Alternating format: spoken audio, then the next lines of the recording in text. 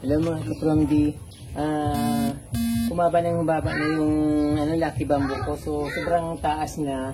Parang hindi na siya magandang tingnan dito sa labas kasi natutumba siya. So, pag tinalian ko naman para maging ganon, so abot na dito sa bubong. Kaya parang sa tingin ko sa gabal na siya. Although, hindi na siya magandang tingnan dito sa harap ng kubo kasi mataas na siya, masyadong mahaba, tapos natutumba. So, hindi nga tinalihan ko, yung tatama sa bubong niya. Kaya, ikakat ko na siya para mag-sibling siya ulit. Kasi dati yung isa nitong sibling, kinuha ko na. So, hindi naman siya sumasanga ng madami, talagang pa isa-isa lang. So, yung una, parang ganun lang siya kataas. Tapos, hinayaan ko, ito sobrang haba naman. Kaya, puputulin ko na siya. Kasi hindi naman, parang mas maganda ko yung mas mababa lang. Kasi hindi naman malaki yung bahay ko. So, hindi siya magandang tingnan. Kaya, gagawin ko na lang, parang yung puputol-putulin ko ba, yung ilalagay sa isang puting lalagyan. Tapos, yung anong tawag doon? Parang propagation. So actually hindi naman propagation yung dating nung kasi parang ipuputol-putulin mo tapos ilalagay mo sa tubig tapos hayaan mo lang. Yung ganun yun. Propagation na rin yung kapromdi kasi kaya So yung ganun gagawin ko. So pag ilalagay ko siya sa puting plastic or puting mangkok para putol-putulin ko siya ng pantay-pantay. So bahala na kung ilang putol tong magagawa dito kasi masyado na siyang mahaba at siyempre mataba na. Parang sumusubra na yung kapromdi. Kaya ito gagawin ko siyang lucky plant.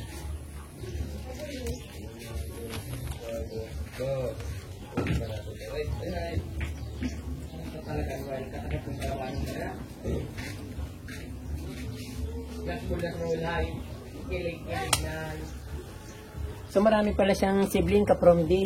So tumutubo pa lang dalawang parang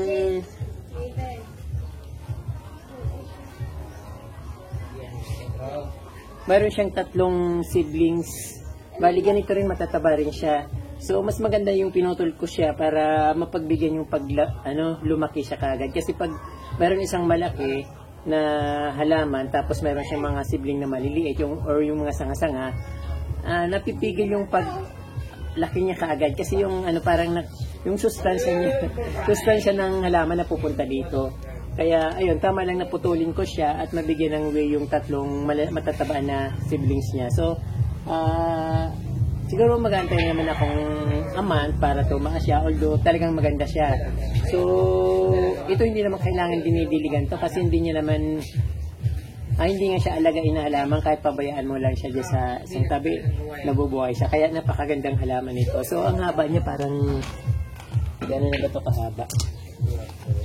Mahigit, mas mataas pa sa akin. Isang dipa, plus 1 kalahating metro. Ganun yung haba niya. So, gagawin ko dito, puputol-putulin ko siya kahit mga 7 inch or 8 inch. So marami na rin to. Tapos yun lalagay ko sa isang garapon or sa puting lalagyan na may tubig tapos lagyan ko ng bato.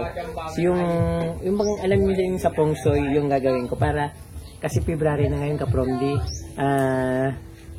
Ang tawag doon, uso na naman yung mga feng shui, yung bang pangpaswerte kasi lahat na feng shui ito palagi yung kasama ito palagi.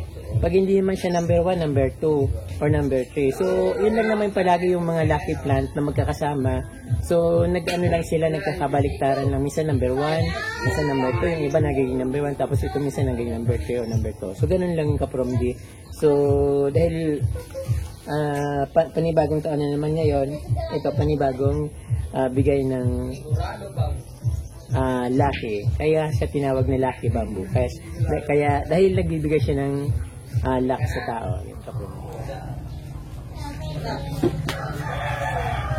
Ayun kapromdi.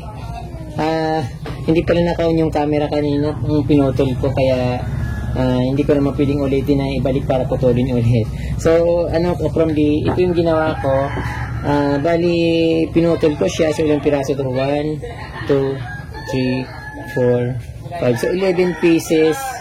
So, after ko putulin to, siyempre hugasan ko kasi marami siyang, alikabok, para mawala yung mga madumi-dumi, so para maging malinis at presentable naman. So, ito pa from the 11 piraso yung naputol ko. At hugasan ko siya bago ko ilalagay sa isang malinis na lalagyan. Kaya ito, panibagong halaman na naman ito. So syempre kapag din nung pinutol ko pala siya, after ko naputol ng siguro mga 6 inch, 1, 2, mga 6 inch yung haba nito kapag di. So yung yung mga dahon na tinanggal ko. Yung ito, so may nakadikit dyan, so tatanggalin. Tapos, alisin ng, hindi naman kailangan ng, kasi hindi naman siya sensitive. Pag, once na inalis mo yung dahon, katulad nito, pag, inalis mo yung ganon, so, putol naman kagad siya. So, pag may naiwan, siyempre, lilinisin mo na lang. Ayun, tapos, tapos putulin, at naputol na, so, hugasan, ayun. Tapos, ilalagay sa isang malinis na lalagyan.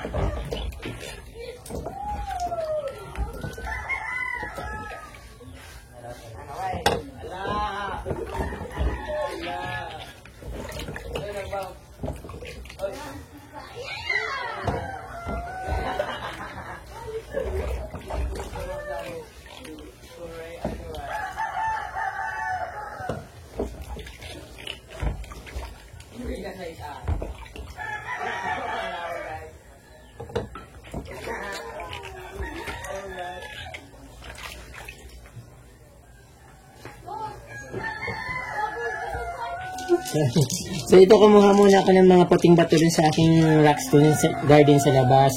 So pag kumulang, so, siguro kukuha na lang ulit ako ng mga puting bato sa ilog na yung medyo mapuputi na ilalagay ko dito. Since wala pa akong mga bagong bato na medyo malilinis, ito muna ilalagay ko. Pero dapat hugasin ko muna para maging maganda na naman at malinis pagkatulad nito.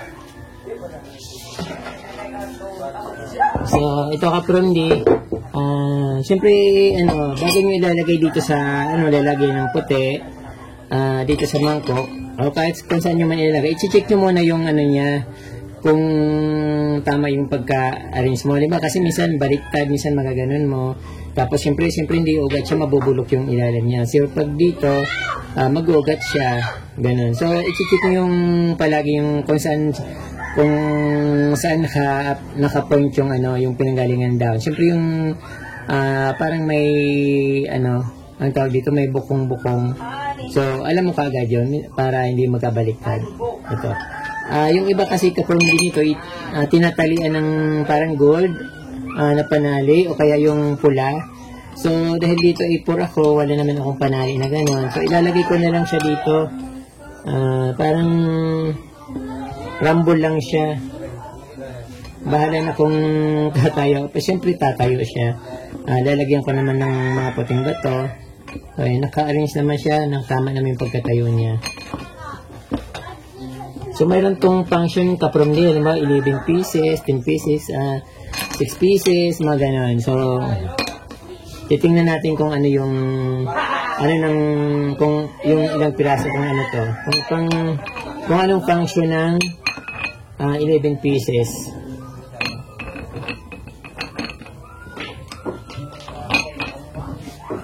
So kasama yung kapramli yung dapat mayroon stone. Kasi yung partner siya kasi to parang mayroon tinatawag ng parang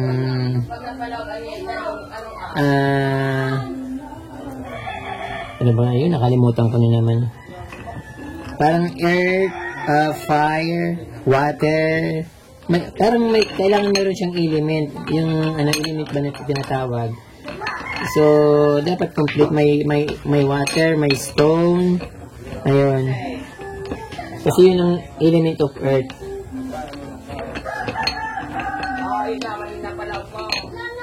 So, ito medyo malaki. Masyado nang malaki. Pero okay na to. Kaysa naman matutumba siya. Ayun. So, ngayon, lalagyan ko na ng water.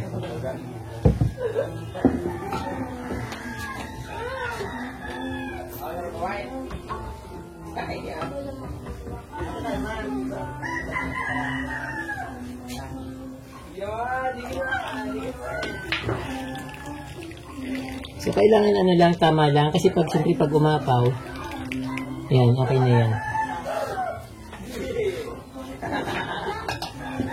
So, ngayon, antayin na lang tumubo. So, pag mayroon kayong magandang panali, mas maganda siguro kung tatalian. So, yung iba, kung madami, meron maiksi, meron mahaba, hanggang sa pinakamahaba yun. Yung pinakamaiksi yung nasa harap, yung mahaba yung nasa loob. Ayan.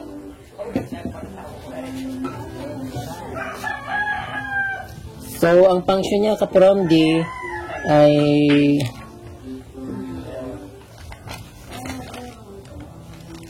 so yung Lucky Bamboo cut from D, ang function niya is each bamboo stalk has its own importance in its arrangement, holds significance, and has a specific role to play in your home. Keep the bamboo stalk in a vase with stones in water. So, yung ginawa ko. To bring in happiness, wealth, and longevity, put 3 stalks in the vase.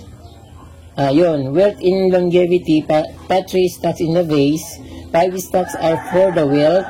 6 stalks for good luck. 7 is for health, for growth. It is 8 and 10 is for everything you want from life. So, 11 na ito. So, it means kung anong gusto ko, so masusunod. So, if you want to bring in great health and wealth in your home, opt for large vase with 21 bamboo stalks in it. Take a good care of the plant. Change water regularly and keep it out of too much of sunlight. Lucky Bamboo grows well moist and cool climate. So, ayun ka-from yung Lucky Bamboo, yung function niya. So, napakaganda pala nito ka-from. So, dahil complete yung stocks ko. So, 11 ito. So, kung ano man yung parang hilingin, yung nasa isip ko, so yun ang masusunod. If you, halimbawa gusto ko ng wealth, health, or something na gusto ko, yun. Dahil sobrang nasa kasi nga sa parang 7 to something pataas. So, yun ang for wealth, health, mga ganun. So, yung ka-from yung function ng Lucky Bamboo.